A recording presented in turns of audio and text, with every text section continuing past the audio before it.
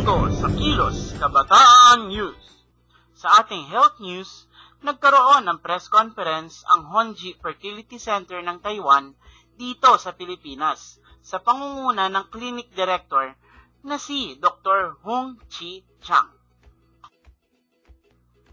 Ang layunin ng Honji Fertility Center sa kanilang pagbisita ay para ipalam ang cutting-edge techniques sa IVF o in vitro fertilization na makakatulong sa mga nahihirapang magkaanak o may problema ang sistema ng katawan. At isa pa, para sa mga matatandang nasa 40 to 50 taong gulang na nais ding magkaroon ng supling. I finished my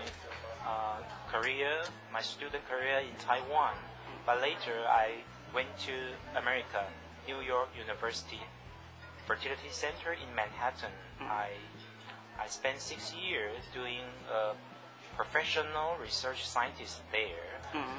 I tried to create the newest technology to help NYU to improve their IVF technique. And in 2007, I moved back to Taiwan. And later, I built a fertility center in the center of Taipei. So what is the difference between this technique that you started and the old techniques in doing this in vitro fertilization? Yes, because I'm quite familiar with the lab. Actually, I spend even more time in the lab as a scientist than as I spend as a doctor, which means I'm very, very familiar with the lab. In this condition, I don't think, because in traditional treatment, the doctor prefer as many eggs as possible to get pregnancy. But in my policy, I think the number of the egg is not very important. The most important is the quality of the egg. So I just pick up a few eggs and to make her pregnant. And the second, we provide egg donation program and sperm donation program. I believe we are one of the largest egg donation program in Asia or even in the world because we are willing to find a girl who are willing to donate their eggs to help infertility patients. So how safe is this in vitro fertilization technique?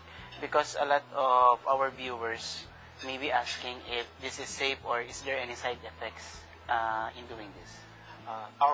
Because we do myelostimulation, so the risk is quite low. And how about the egg donation?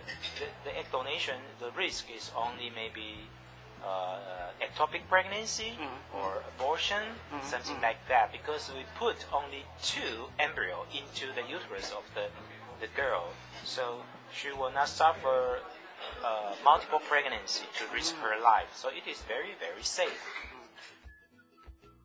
Noong 2007, nagkaroon ng IVF law sa Taiwan na nangangasiwa sa ganitong paraan ng reproduction. Para maging successful ang rates ng birth, ang donor ay dapat hanggang 30 years old lang at walang genetical diseases. Ang pagkuha at pangangalaga ng itlog ay merong iba't ibang methods, kagaya ng egg freezing at embryo culture. Mostly, ang customers ng Honji Clinic ay mga Japanese, dahil very low ang kanilang birth rate. At alam nyo ba, ang surgery ay painless at tumatagal lamang ng 7 minuto? Layunin din ng fertility center na ito na maglungsad ng ganitong sa Pilipinas para masolusyonan ang mga Pilipinong gustong magkaanak. Mula sa Peninsula Hotel Manila, Mark Gutierrez, kasama si Jel Cero para sa Kilos Kabataan News.